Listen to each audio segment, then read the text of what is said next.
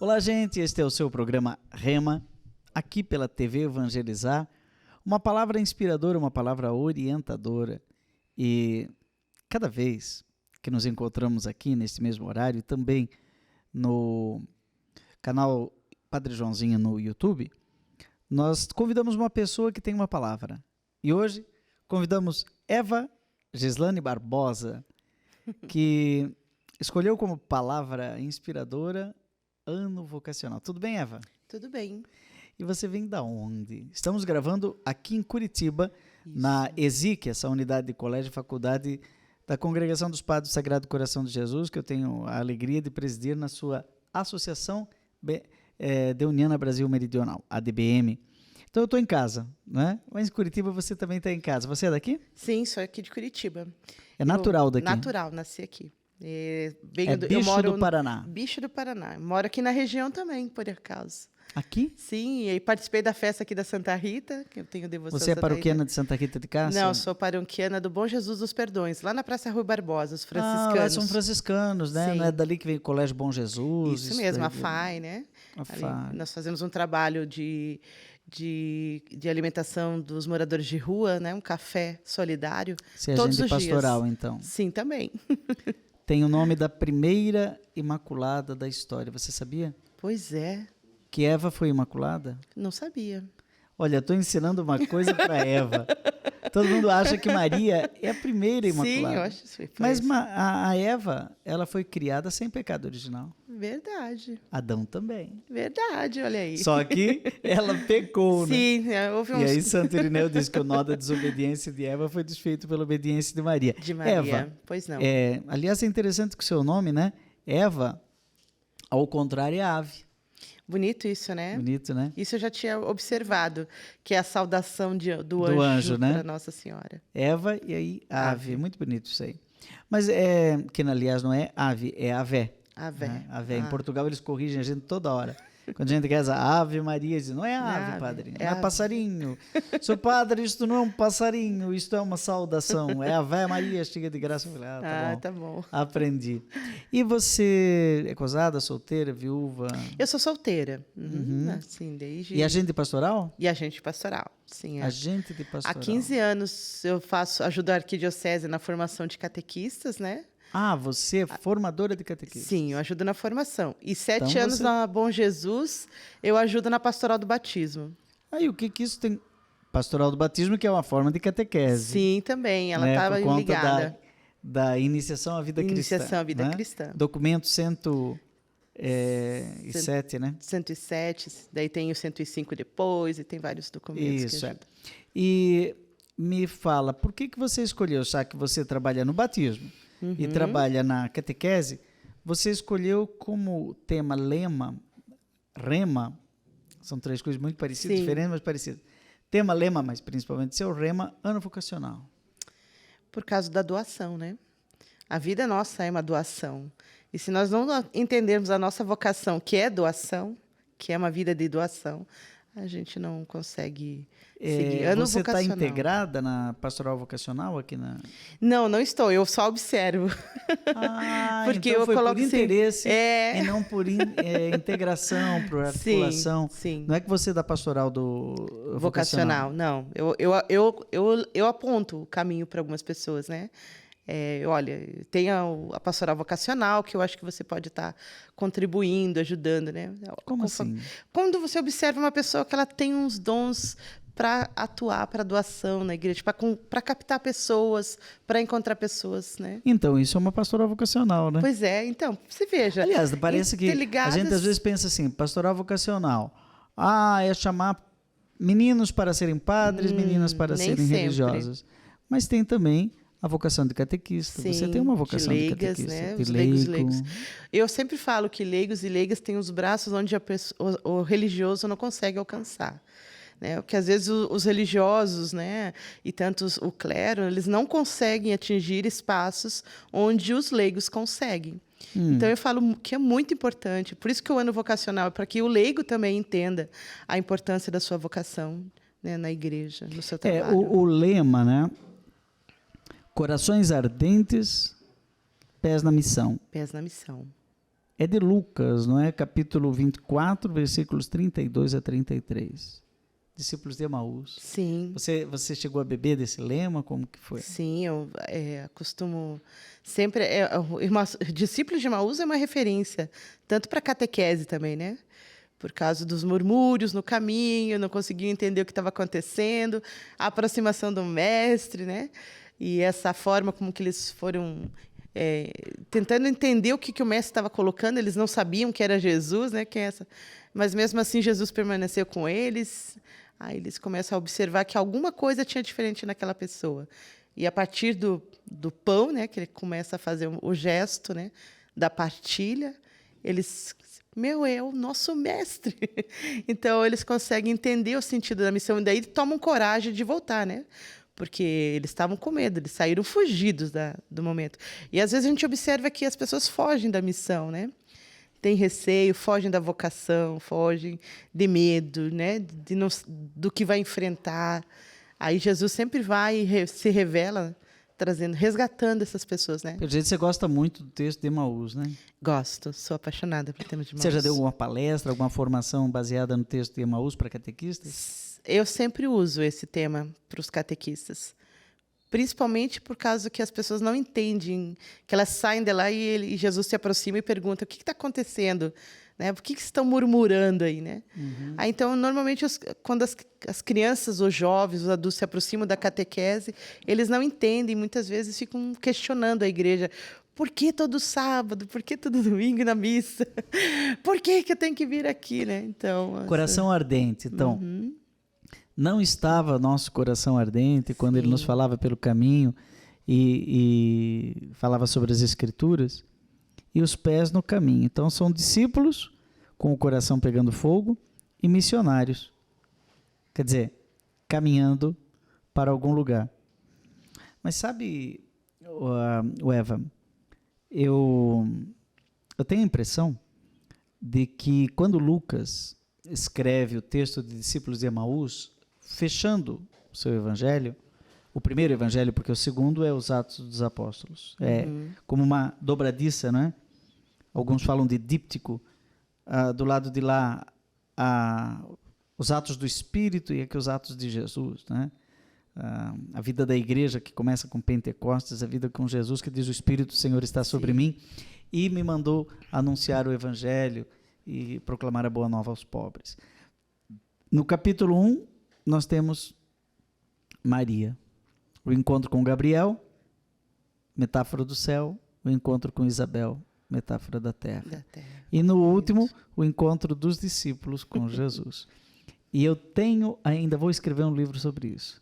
Eu tenho a impressão de que Lucas está descrevendo o método da catequese, do catecumenado, das primeiras comunidades. Né? Você estava falando aí e eu estava pensando aqui, caramba, esses passos dos discípulos de Emaús, se afastando de Jerusalém, indo para lugar nenhum, ou seja, para Emaús, levou um dia inteiro caminhando, depois uma noite inteira voltando.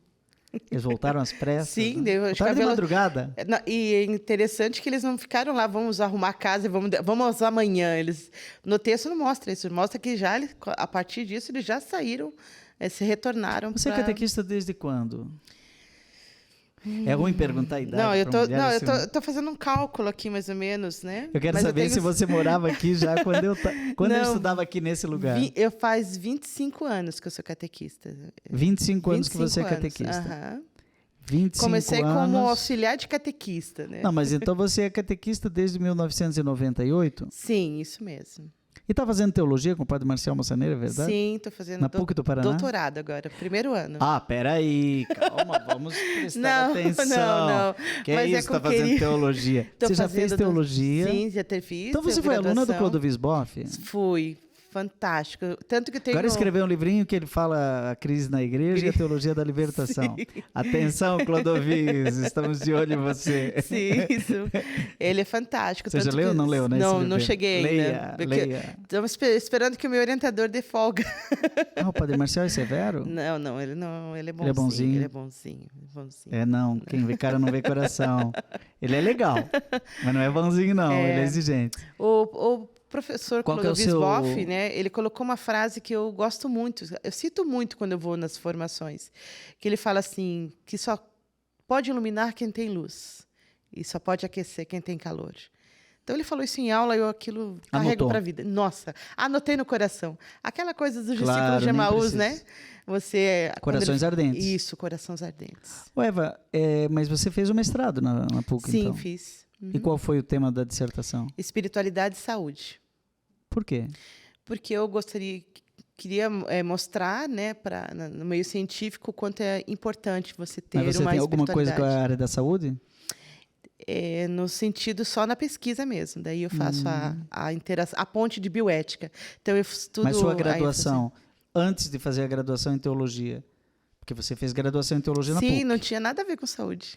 Você fez alguma graduação antes? Não, essa foi a primeira. Tanto da família também é a primeira, da geração também é a primeira. Então você já foi direto para teologia porque estava envolvida na pastoral, Sim, que era uma leiga comprometida? É isso mesmo. É por aqui que eu vou, tipo Andréia Serrato.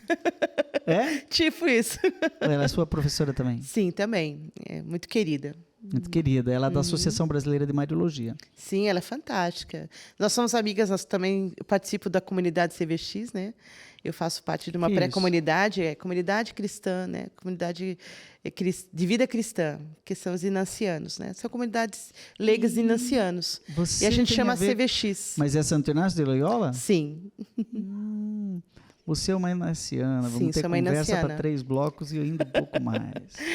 Mas foi todo fruto desse caminhar, né? Diante da vocação. Tudo isso é coração ardente e pé na missão. Tudo isso é ano vocacional. Sim, ano vocacional. Por isso que você está encantada porque tem uma vocação de teóloga aí. Sim. E terminar agora, espiritualidade e saúde. Já vamos conversar um pouquinho mais o que tem a ver saúde com... Espiritualidade. O Padre Marcial já era o seu orientador? Não, o Padre Marcial, ele fornece disciplinas para mim. Quem é meu orientador é a Mary Ruth, né? Ah, o Marcial não é o seu orientador? Não. Ele me ajuda nos trabalhos da disciplina, mas, né? Aqui, o tema do doutorado, agora tese, né? Já está definido ou não? Sim, já está. Também é na mesma continuidade. Agora entra cuidados paliativos. Cuidados paliativos? Caramba! É sobre agonia, sobre a agonia, sofrimento, agonia. Tanatologia. Tanatologia, sim. E o Padre Marcial, que é meu conterrâneo e meu amigo, e somos da mesma turma de teologia, deonianos, ele tem uma palavra que ele costuma utilizar, que ele deve ter falado para você já, que mistura saúde e salvação. Aqui vai um presentinho para você refletir depois, que é salutar. Salutar. Até tem em latim, fica mais fácil, porque é salutaris hostia. Que lindo, né? Salutaris hostia, que é hóstia salvífica, mas ao mesmo tempo saudável. Porque salutar é uma coisa que em latim, né? Salus, salus vem salutares, salus é salvação. Né? Que lindo. Então, salvação tem a ver com saúde. Né? E a palavra que tem a convergência de saúde e salvação, que tem a ver com corpo e alma, é salutar. Bonito, né? Sim. Então, você tem uma palavra só que junta os seus 2 objetos de pesquisa salutar. Que você está interagindo, né? Espiritualidade e saúde, né? Salvação, espiritualidade. Sim. Saúde, o que é saudável. Saudável e salvífico é o que é salutar. Fantástico. Salva a pessoa toda, então tem a ver com pessoa integral, né? Sim, como tem tanto essa dimensão, né? Essa dimensão do ser humano, tanto a saúde espiritual, a saúde corporal, a saúde social, né? Entendi. É por isso que eu converso com a bioética, né? Eu faço um diálogo com a bioética. A bioética, ela me traz elementos que às vezes a teologia não me ajuda. Então eu faço a ponte. Entendi. Nós estamos terminando o primeiro bloco, para que sempre é um momento que a gente conhece a pessoa, claro. Né? E o contexto em que surge esta palavra geradora que a gente diz que é o rema. Seu rema escolhido para hoje podia ser espiritualidade e saúde. Sim. Né? Mas foi ano vocacional. Ano vocacional. Foi o principalmente que você porque a gente também está nessa semana da Semana de Oração de Unidade dos Cristãos, né? Que nós precisamos conversar sobre isso, dialogar sobre isso, que também interfere na saúde, né? Mas deixa eu voltar mais no tempo, lá Tá atrás, né, antes de terminar o bloco. Tem essa questão inaciana que é muito interessante, mas 1998 você começa como catequista. Sim. Né? Mas você já estava há muito tempo aqui na Vila Auer? Não, eu não estava. Eu vim de outro local. Ah, você morava onde? Eu morava no Cajuru.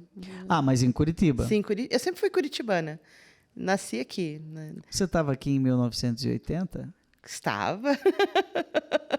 Eu não vou perguntar a sua idade, mas eu estava aqui, neste exato mesmo? lugar, em 1980, com 15 anos de idade. Mas eu não era tão convertida assim, padre. Ah, não?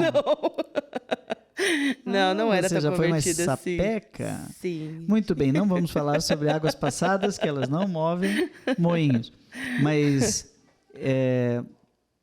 eu fui seminarista aqui. Ah, que ótimo. No tempo que aqui era o Instituto Deonista. Por isso que essa rua aqui da frente chama Rua Padeão, que você que está nos acompanhando diz, mas onde é que o Padre Joãozinho está? Ele não é de São Paulo? Não, sim, sempre é de São Paulo. Mas de vez em quando eu venho aqui para a TV Evangelizar e a gente grava aqui. Que alegria. Na nossa, hoje, ESIC. Colégio e Faculdade ESIC. Por isso que você está vendo aqui. Aliás, muito bonito, né? Você não conhecia? Não conhecia, lindo. Muito bonito. Muito bem arrumado, organizado. Você sabia que o Marcial chegou aqui e fugiu? Não sabia. O Marcial foi ex-seminarista. Ai, não acredito. Ele voltou para Brusque e ele queria ser leigo. Aí depois ele entrou de novo e ele ficou padre. Né? Sim. Mas aqui em Curitiba... Não consigo ver ele sem ser padre, porque a vocação dele ele inspira, ele canta maravilhosamente, né? Ele tem os seus Fala isso para ele. Assim, então. Fala isso para ele. E você estava me falando sobre a maneira como você fala disso para os catequistas. Sim. Você me disse que começou a dar catequese em 1998, mas pelo que eu lembro, em 1983, né, quando eu estava em Jaraguá do Sul já, né, foi publicado um documento para a catequese chamado Catequese Renovada. Você conhece? Sim, está fazendo aniversário, né? 83, 93, 10 Sim, anos. 20. 2003, 20. 2023, 30 anos, não é isso? Sim, está de aniversário, né? 30 anos da Catequese Renovada. E aí aqui tinha o princípio interação, eu lembro do Frei Bernardo Cans, que falava interação, fé e vida em comunidade, né? Era mais ou menos isso. E nesse período, o método da catequese era o ver, julgar e agir. E agir. Ainda bem que as coisas vão melhorando, né? E me fala, o que isso fala para você? Agora eu viro orientador de doutorado da Eva. Porque essa metodologia, essa forma de ver a catequese, ela atende, né, os três elementos essenciais da catequese, que é a palavra, a ação e a celebração. Né, esses 3 elementos. Só que ainda faltava alguma coisa a mais. Né? E aí, o que falta aqui no Ver, Julgar e Agir? Sabe por quê? Deixa eu fazer uma crítica ao meu querido Clodovis Boff. O Clodovis Boff, encantado com isso, tinha ido antes de 83 para a Bélgica e fez a sua tese de doutorado lá sobre isso. E ele escreve Teologia do Político e suas mediações. Ver, mediação socioanalítica. Sim. Julgar, mediação hermenêutica. Agir, mediação teológico-prática. E ele achou que era isso, né? Depois ele percebeu que não era bem isso. Aí ele reescreve a teoria do método teológico. Até mesmo ele coloca depois que o julgar ficou bom colocando iluminar. Né? Iluminar. Que daí, em vez de julgar, houve essa mudança de palavra, né? Mas o grande problema dele foi com o ver. É isso que agora está na crítica que ele mesmo faz a si, nesse livro sobre a crise na igreja. Na verdade, é a crise do próprio teólogo, que chega no final da vida, lá no alto dos seus quase 80 anos, e diz assim, peraí, não, o ver não pode ser socioanalítico, porque a gente vê com os olhos de Cristo. Claro. Mas você estava me falando, não vamos criticar, fica calmo, Clodovis, continue, nos dê de presente o 3º volume do seu livro do sentido, né? Que ele está escrevendo já o 3º. Nossa. São uma trilogia, o livro do sentido. Estou curiosíssimo, pela editora Paulus. Mas você falou assim, ainda bem que as coisas melhoram. Sim. E você estava começando a melhorar isso daqui, do ver, julgar e agir. parece para muitas pessoas que estão nos ouvindo, que é catequista, que está entendendo o que a gente está falando aqui, diz assim, mas peraí, Ver, Julgar e Agir é tudo que há, os documentos da CNBB, o texto base da campanha da fraternidade, tudo não é, a Puebla, não é Ver, Julgar e Agir? Sim, Medellín também, né? Medellín ainda não era bem o Ver, Julgar e Agir, mas Puebla é explicitamente Ver, Julgar e Agir. Aparecida não é mais. Pois é. O que mudou? Quando é que você vê que o método da catequese evoluiu e foi... Você estava falando de celebração. Porque precisava de uma inspiração, né? Uma inspiração. Havia assim, antes do haver alguma coisa. Precisava de uma... Aí eles se remeteram aos primeiros cristãos, né? Ao catecumenato, né? Eles começaram a olhar como que... o que tinha se perdido no caminho. Né? O que poderia ser acrescentado? Que às vezes parecia um método analítico demais. É isso. Pouco cristão. Pouco cristão. Pouco partilhado, pouco comunidade, pouco interação, né? Uma coisa assim dessa...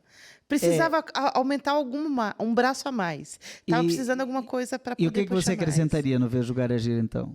Foi acrescentado, além do celebrar e então Ver, Julgar e Agir, celebrar. Celebrar. Estamos melhorando o método Ver, Julgar e Agir, senhores bispos. Dom Peruzzo, presta atenção. Foi bispo referencial da catequese. Sim, por Você favor. toma cuidado. Por favor, estou tomando cuidado aqui. Celebrar. Ela vai escorregar dessa cadeira. Celebrar. E o rever.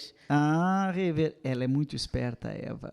O rever. Sim. Então, peraí. Então, tem 1, 2, 3, 4, 5. Eram 3. Sim. Agora tem 5 passos. Sim, são 5 passos. Acha que tá bom assim? Eu acredito que sempre podemos melhorar. Né? Nós vivemos uma dinâmica de evolução. E onde você melhoraria de 5? Vamos chegar a 7 nessa conta aqui? Que é o número da perfeição na Bíblia. Bom, eu acho que... Vou te ajudar. Vou te dar um presente aqui. Me ajude. Depois eu vou te dar essa folha de presente. Eu já estou de olho nessa. Se não me der, eu vou tirar uma foto. Não, já vou te dar essa folha de presente. Você vai levar com ela assinada aqui. Padre Joãozinho. Por favor. Leva como presente da nossa conversa de hoje. Vamos colocar tudo em ir. Ok. Tá? No verbo ir. Verbo ir. Tá. Por quê? Porque nós somos uma igreja em saída. Sim, somos. Do Papa Francisco. Sim. Né? E é preciso ir ao povo, dizia o nosso fundador Padre Deu, mas era o lema, na verdade, Leão XIII, pai da doutrina social da igreja. Essa igreja é em saída. Né? Então, vamos pegar Lucas 24, vamos lá voltar para Lucas 24. E vamos pegar Jesus praticando esse método. Ele começa sentado ou em pé? Em pé? Mas você falou assim, em pé, parece óbvio, mas as nossas catequeses todas começam sentadas. Então, inclusive nós estamos aqui sentados. Sim, começa a pé e em movimento ainda, né? Não é só pé parado, né? É em pé e primeiro movimento. É missionário primeiro que discípulo. Sim. É primeiro. Então, vamos colocar, o primeiro passo não é ver, o primeiro passo é sair. Sair. Uau. Gostou, né? Gostei. Então é sair. Sair de onde eu estou, ir até é um êxodo, é uma missão. Pés a caminho. Senhores bispos, eu só inverteria a ordem, né? Não é corações ardentes e pés a caminho, é pés a caminho e corações ardentes. Porque primeiro eles têm o pé calejado de andar o dia inteiro. Sim. Depois é que eles começam a sentir calor no coração. Sim. Então, primeiro vem a missão e depois o discipulado. Olha que interessante. Pois é. Não é assim, aprende e pratica. É pratica e aprende. Sabe que hoje, sala de aula invertida, metodologias ativas de aprendizagem, é tudo essa dinâmica. Você aprende fazendo. Você aprende muito mais fazendo e ensinando. É impressionante isso. A curricularização, a extensionalização dos currículos, mas eu não vou aprofundar isso aqui, né? Do Conselho Nacional de Educação está finalmente colocando o estágio antes, inclusive, é preciso praticar para aprender. Com certeza, porque daí ele vai aprender muito mais. Então né? o primeiro é sair. Sair, gostei. O segundo não é ver. Eu colocaria ouvir. Claro, porque ele ouviu os discípulos, né, reclamando. Aí ele fala assim, vocês são lentos. Você veja como Jesus é educado, né? A pergunta. Jesus é educado, né? Vocês são lentos de entendimento. Eu já falava, vocês são tontos, né? Seus burros. Ele é muito bonzinho. É que ele não era curitibano, né? Mas sabe que eles são bem diretos. Assim, o o povo do deserto, o nômade, Já fala na lata. ele fala, eu levo um susto. Quando você vê dois conversando, eles têm ainda aquela língua gutural, né? Parece que estão brigando. Parece que está brigando. É. Mas é interessante que Jesus, eu fiz um cálculo, Eva, das 300 frases de Jesus registradas no Evangelho, 100 são perguntas. Uau. Então é um construtivismo. O que questionar. vocês estão conversando pelo caminho? A primeira vez que ele fala, ele já se dispõe para ouvir. Não é? Ele não é um monólogo, né? Não é. E é longo o texto que, acaso és o único forasteiro em Jerusalém que não sabe o que aconteceu. Eles ainda ficam bravos, né? Revoltados. Como assim você não sabe? E aí ele diz, olha só que delicado, Jesus. Não. O que foi? Imagina ele com marca de prego na mão, no lado, olhando para eles, lentos para crer. E eles dizem, você não sabe? Ele diz, não. Me conte. Me conte. Ele deixa eles contarem a história que ele já sabia. Sim. Ele não está preocupado com o conteúdo programático. Essa é a sagacidade que eu coloco para os catequistas, né? Devolver a pergunta, colocar para os catequizandos o que eles sabem sobre Jesus, né? Por que eles estão vindo para a catequese? São muita paciência pedagógica para fazer isso, porque a gente já chega com conteúdo. Sim, já vai abrindo a Bíblia, me abre. As crianças não conseguem nem... Pega o texto base. Então, não sabe nem abrir a Bíblia. Já chega pedindo, né, ordenando algumas coisas. Então, tem que ser bem pé no chão mesmo. Tem que tirar as sandálias mesmo, que nem... Né? E aí o julgar, eu concordo com o Clodovis naquilo que você falou ali, que julgar em italiano, em espanhol, juzgar, até pode ser compreensível, mas para nós não julgueis para não ser julgados. Julgar ninguém entende direito, né? Fica um pouco moralista também, né? Então, eu colocaria refletir. Uau! Uhum. Lá vem o ir, né? Gostei do ir. É sempre o ir. Refletir, porque ele leva eles à reflexão. E, ao mesmo tempo, aquele negócio do que você falou da luz, como é que é, do Clodovis? Que só pode iluminar quem tem luz. Então, ele tinha. Sim. A luz estava nele. Ele era a luz do mundo. Né? E ele começa a refletir para eles a sua luz. Uma iluminação. Né? Então, iluminar, ou melhor do que iluminar ainda, refletir. Porque o refletir faz você se coloca no contexto, né? E aí, o agir não precisa mudar, porque estão chegando em Emaús. Sim, já vão preparar a casa, né? O lugar para eles dormirem. Conosco, Senhor. Né? A alisagem, opa, peraí. Aí tem a acolhida. Não, se veja, Padre Joãozinho, que Jesus foi muito esperto, né? Ele se fez de conta, além como ele se fez de bobo na hora, né, de perguntar para eles, ele se fez de bobo também, vão embora, tô saindo. Ele se fez de ir, né? Ele se fez de ir. Aí os caras, não, mas a conversa tá boa? Vamos chamar ele para ficar com a gente mais um pouco. Ali acontece a hora da partilha. Então, é celebrar, tudo bem, mas eu vou colocar repartir. Sim. Né? É na partilha que acontece o reconhecimento. Sabe que, como teólogo da liturgia, eu andei estudando aí os nomes da Eucaristia, e um dos primeiros nomes não foi Eucaristia, que significa ação de graças. Foi fração do pão. Sim. E havia um debate entre os liturgistas se a presença real foi superado pela transubstanciação. Nós sabemos que a presença real está no pão e no vinho consagrados. Mas houve um momento que se perguntava, será que a presença está no pão ou na fração? Na presença ou na ausência? Sim. Né? Na matéria ou no gesto de partilhar? Então, está nos dois. Sim, está nos dois. Teologicamente está nos dois. Então, repartir. Né? Repartir é o 1, 2, 3, 4, 5.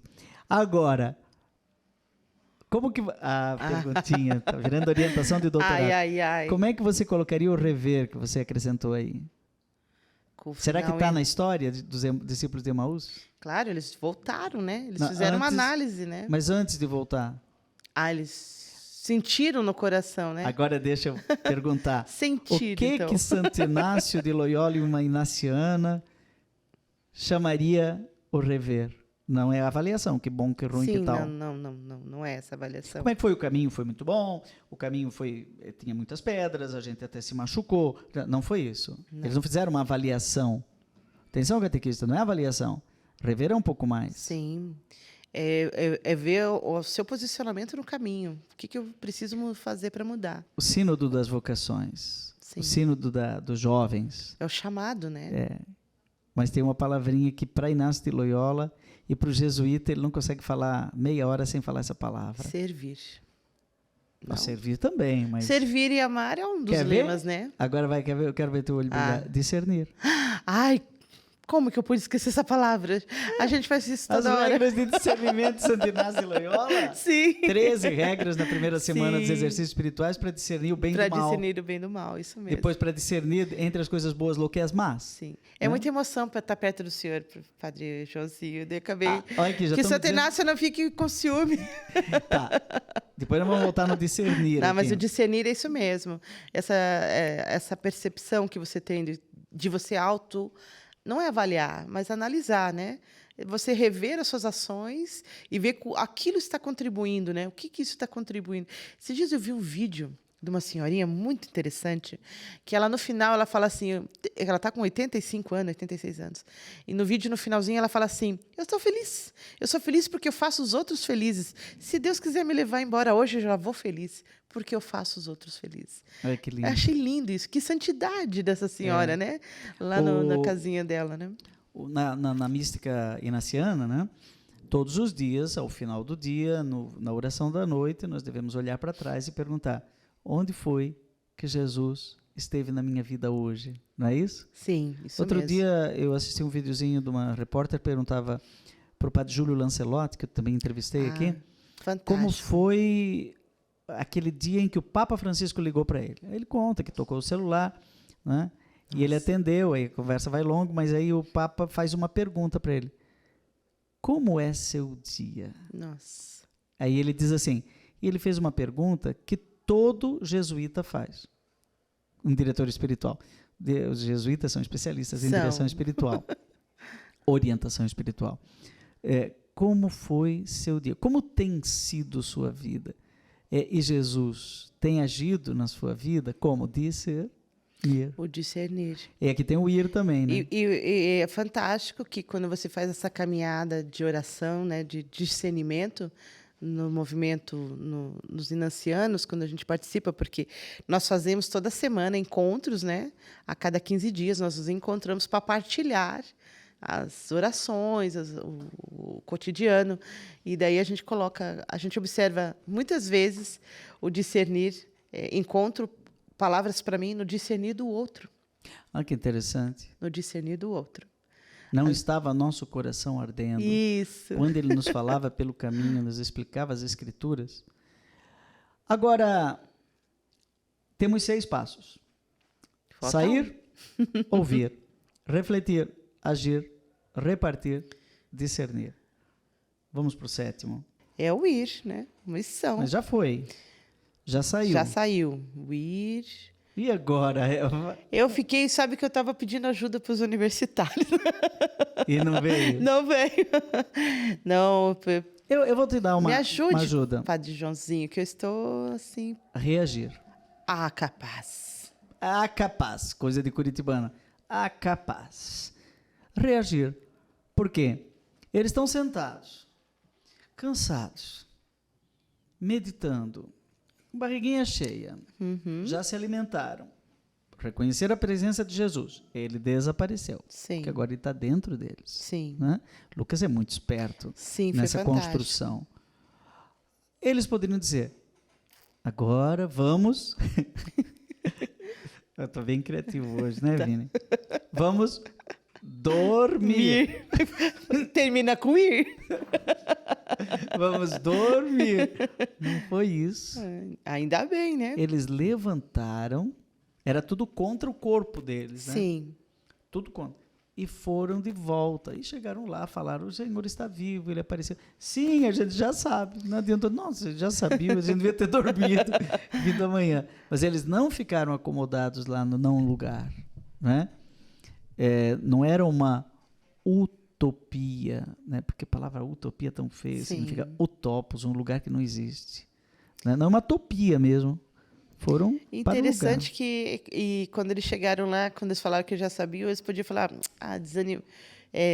desanimarem, não, mas eles fomentaram mais entre eles. Como é que foi? O que aconteceu? Conte para nós o que aconteceu, como que foi esse encontro. Como era o nome dos dois discípulos de Emaús? Agora pegou você vai saber? Eu não vou lembrar, eu sei que... Um deles chamado... eu sei que tem um nome. Um deles chamado Cleofas. Cleofas. Ao pé da cruz tinha Agora o outro não tinha nome. O outro é da minha imaginação. Me perdoe, Dom Peruzzo, né? Dom Peruzzo vai dizer, ele está muito criativo hoje. Os biblistas não concordam. Não. Um deles chamado Cleofas. Ao pé da cruz tinha Maria Madalena, Maria, mãe de Jesus, João, e outra Maria que se chamava Maria, mulher de Cleofas. Então, era possivelmente um casal. Com certeza. Ela chegou na hora da sopa, em casa, falou, Cleofas, morreu, acabou-se tudo, vamos embora para Emaús, voltar para a roça. Sim. Né? E às vezes, quantas vezes as pessoas se desanimam também, assim, no caminhar dentro da comunidade, desgastados, ou também dentro de algum trabalho pastoral. Por isso que o ano vocacional é uma palavra rema. Porque você tem que observar que nesse ano, fazer uma autoanálise.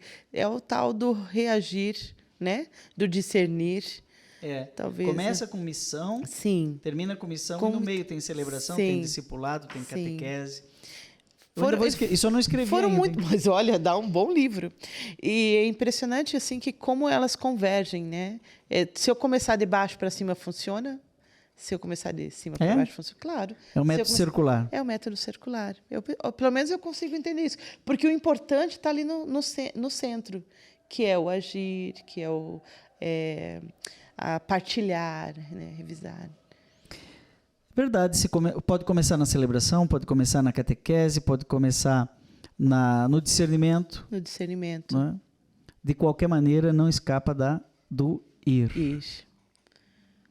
Tem que sair. Tem que sair. Essa saída tem a ver com um êxodo, sair de mim e ele até você. Né? Porque a missão é muito mais do que Padre sair Maciel daqui escreveu sobre isso também, né? Sobre êxodos, né? Que temos que fazer êxodos. Num livro chamado Espiritualidade, ele colocou que precisamos fazer êxodos diários. Né? Eu achei isso fantástico. Êxodos de sair de si e ir para o outro. Isso.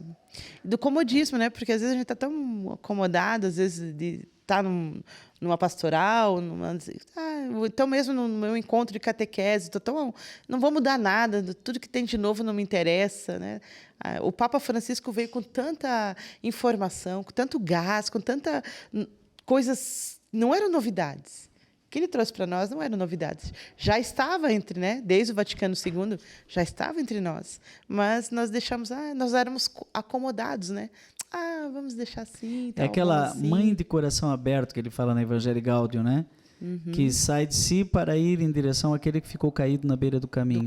Diminuir a ansiedade, não querer ficar resolvendo tudo a todo momento. Nós somos super-heróis, né? Super-heróis, é verdade. E essa história de Naciano, depois de falar de tanto discernimento, de tanto ir, sim. Né? O que é essa vocação? Já que é ano vocacional, você se sente vocacionada para Inaciano? Como que é isso? É uma vocação? Há um chamado para participar. Eu sempre fui curiosa, né, dos inacianos, porque eu achava interessante a forma como eles fazem, o método de oração deles. Eu acho interessante. Tanto que é um método que eu achei mais fácil, que combinava mais com o meu dia a dia. Qual que é o método? O método que você tem que se encontrar, tem que se silenciar. Tem o texto que o livro, que nós temos um livro, né, um manual que a gente acompanha, faz as leituras da vida, né, de Santo Inácio de Loyola. Então eu sou nova ainda nessa caminhada, né? Mas é como se fosse uma ordem terceira? Uma ordem terceira. É da família jesuíta? Sim, é da família, é para os leigos. Sim, mas assim, hoje as congregações têm a tal da família deuniana. Então são leigos que vivem o carisma deuniano. É que nem os franciscanos têm a terceira ordem, né? Ordem terceira, Sim. Que são leigos que vivem o carisma franciscano. Isso mesmo. O inaciano é um leigo que vive o carisma jesuíta? Jesuíta, isso mesmo. Participa assim, tanto que nós vamos ter um encontro, uma assembleia na Bahia. Eu estou indo lá com eu formei uma pré-comunidade, no tempo da pandemia, nós criamos uma comunidade online, por causa da pandemia, porque muitas pessoas queriam participar, queriam entrar em comunidades, mas moravam longe.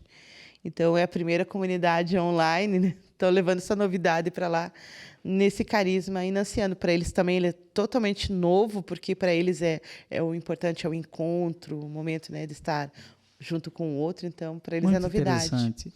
O nosso fundador, Padre Deon, fazia retiro de Santo Inácio todo ano. E fazia o discernimento. Discerniu com o método inaciano fundar a nossa congregação. Ah, que fantástico. Sempre no mês de março, porque ele nasceu no dia 14 de março e foi batizado 10 dias depois, portanto, 24 de março, ele dizia véspera da Anunciação. É muito legal essa método de oração, porque tem muito pé no chão, tem tudo a ver com o ano vocacional. Você consegue fazer a leitura da palavra de Deus, né? Mas colocando no seu dia a dia, falando assim, olha, o que essa palavra pode colocar para nós. Por isso que o seu mini-sermão ajuda a gente também nos discernimentos, sabe, Padre Joãozinho? Ah, é? Sim. Eu partilho. Você sabe que eu faço o mini-sermão por meio do... Eu nunca falei isso para ninguém, mas por meio do método inaciano. Ah, eu logo imaginei, é muito semelhante. Que é por meio da contemplação. Sim. Que aquele Santo Inácio sugere até que a gente contemple o inferno. É verdade. Até sentir o cheiro do enxofre, ele manda, né? O calorzinho. O calorzinho do inferno. É Santo Inácio de Loyola, gente. 1500. Para a gente evitar algumas coisas. Mas os seus sermãos trazem muita questão sobre isso. No noviciado, nosso mestre, noviço de saudosa memória, morreu durante a Covid, Padre Osnildo, Carlos Clã, brusquense também. Ele fez o retiro de Santo Inácio e veio e transformou o nosso noviciado em 4 semanas. Era um ano, mas o ano dividido em 4 fases e deu cada fase terminava com uma semana de retiro inaciano. Então, a primeira fase, né? A primeira semana, a segunda semana até o Adamorem, que é a 4ª semana. E quando chegou na parte aí da primeira semana, nós tínhamos um colega, eu não vou dizer o nome dele, né? Que ele era muito realista nas contemplações, né? E ele pegou um incenso, mas um incenso bem fedorento, para fazer a meditação do inferno. Ah, para fazer o cheiro. E ele começou a entrar naquele negócio e começou a gritar, desesperado, surtou. A gente, calma, o que não, eu estava no inferno. Foi muito real para esse, hein? Demais. Eu falei, calma, nem tanto também. Né? Mas ele pede assim para que a gente tenha noção, pelo menos de entender o que é o inferno, né? Pelo menos para você ficar longe dele, né? A meditação da própria morte. Isso. Essa é interessantíssima. Você se meditar, você se reconhecer dentro do caixão. E o que as pessoas estão falando a seu respeito no dia do seu enterro? Isso é Santo Inácio de Loyola. O que eles falariam, né? O que você acha que as pessoas que estariam em volta do caixão falariam de você ali morta, né? Quais são as palavras? Outro dia, no meu aniversário, eu fiz uma homilia no convento sobre isso. Eu fiquei falando com o meu caixão. Nossa. Não é? Mas era a meditação que eu aprendi desde o noviciado a fazer, né? Mas isso são coisas de Santo Inácio de Loyola. Sim. Os jesuítas são uma congregação maravilhosa, né? Sim, eles são muito organizados também, né? Eles têm uma preocupação muito forte com o laicato, né? Toda a formação do Padre Marcial e a minha são jesuítas. Você sabia disso? Não sabia, não. Porque nós dois... Não, mas a gente identifica, né? Eu, pelo menos, quando vejo vocês falando, colocando, vocês fazem muito essa forma de contemplação e a realidade. Vocês trazem muito o que vocês trabalham, leem, estudam, rezam, dentro do contexto. Uma fé inteligente. Sim, uma fé inteligente. Fé, é mística, mas vai até as últimas raízes do saber. Saber com sabor. Sim. Então, o jesuíta é assim, e nós estudamos nós dois em Belo Horizonte, hoje FAGE, um abraço ali para o nosso querido povo de Belo Horizonte, e alguns até já faleceram, e nós dois também estudamos em Roma, na Gregoriana. Né? Eu, por exemplo, fui orientando o Padre Félix Pastor, que também já está no céu, e eu fui orientando aqui no Brasil do Padre Libânio, que morreu em Curitiba. Nossa, faleceu aqui em Curitiba. Faleceu durante o mergulho, Eu cheguei a conhecê-lo. Né, Você conheceu? Conheci numa das formações, ele participou de vários uns congressos que foi feito na PUC, ele veio muito querido, né? Ele falou para o Marcial, depois ele se arriscou a falar para mim, né? Você até é inteligente, por que você não ficou jesuíta? Eu falei, eu sentiria falta do coração. Ele falou, você está dizendo que jesuíta não tem coração? Não, só não tem o C. Porque nós somos SCJ, jesuítas são SJ. Mas eles que cuidam do apostolado da oração no mundo, né? Sim. Tem uma espiritualidade forte do Sagrado Coração de Jesus. Eles conseguem abordar muito bem as formas de orações, né? E de uma forma simples, né? Que aos retiros, nós começamos um retiro de espiritualidade lanciana online por causa do tempo da pandemia, e nós começamos achando que não ia ninguém. A gente achou assim, nossa, quem que é o doido, né, de fazer um retiro? E não é que funcionou, Padre Joãozinho.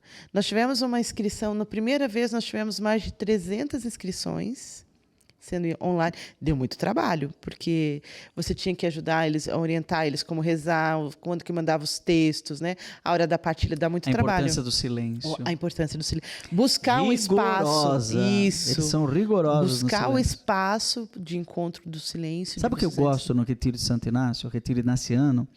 É que o pregador fala pouco. Né? É verdade. Porque eu sou tagarela. Só perco pro Padre Marcial. Eu vou falar isso para ele. Speakman era o apelido dele em Roma. Que ótimo. Homem falante. Mas eu também falo bastante. Mas o pregador não pode falar mais do que meia. Aliás, em Itaici existe o retiro dirigido e o retiro não dirigido. Olha. A pessoa pode ir até lá, recebe todos os textos em silêncio e vai fazer. Fica lá uma semana, não fala nada, né? Só tem aquele colóquio. As regras, né? O colóquio. O colóquio que vai só falar, mas o orientador não fala nada. Sim. Muito bem, continue seu retiro. Não tem orientação. Está tudo escrito, né? Sim, tem toda como se diz assim, a fórmula, né? A fórmula de fazer todo esse desenvolvimento. Então, para nós foi novidade, né? Então, isso também interage para o ano vocacional, porque daí as pessoas se sentem chamadas, né? Sente aquele calor, não precisa só eu falar. Ela mesma consegue aquecer, né? Diante das formas, da sua leitura, da sua realidade, né? Você acredita que o nosso tempo já está acabando? Ah, não. E nem doeu. Olha... Né? E eu sobrevivi. Sobreviveu a essa defesa. Quase uma defesa de doutorado, né? É 40 minutos a defesa, né? Não, acho que é 20 minutos que dão para a gente defender. É muito pouco. Aqui foi 1 hora, né? Mas quando você estiver mais adiantada, falta tempo para defender o doutorado? Falta 2 anos, 3 anos vai fazer. Então, foi mais avançada. Eu fiquei muito curioso com esse tema da espiritualidade de saúde, dos cuidados paliativos. Você conhece o Hospital do Câncer de Barretos? Não conheço. Eu conheço aqui o do Erasto, né? A gente já fiz alguns trabalhos.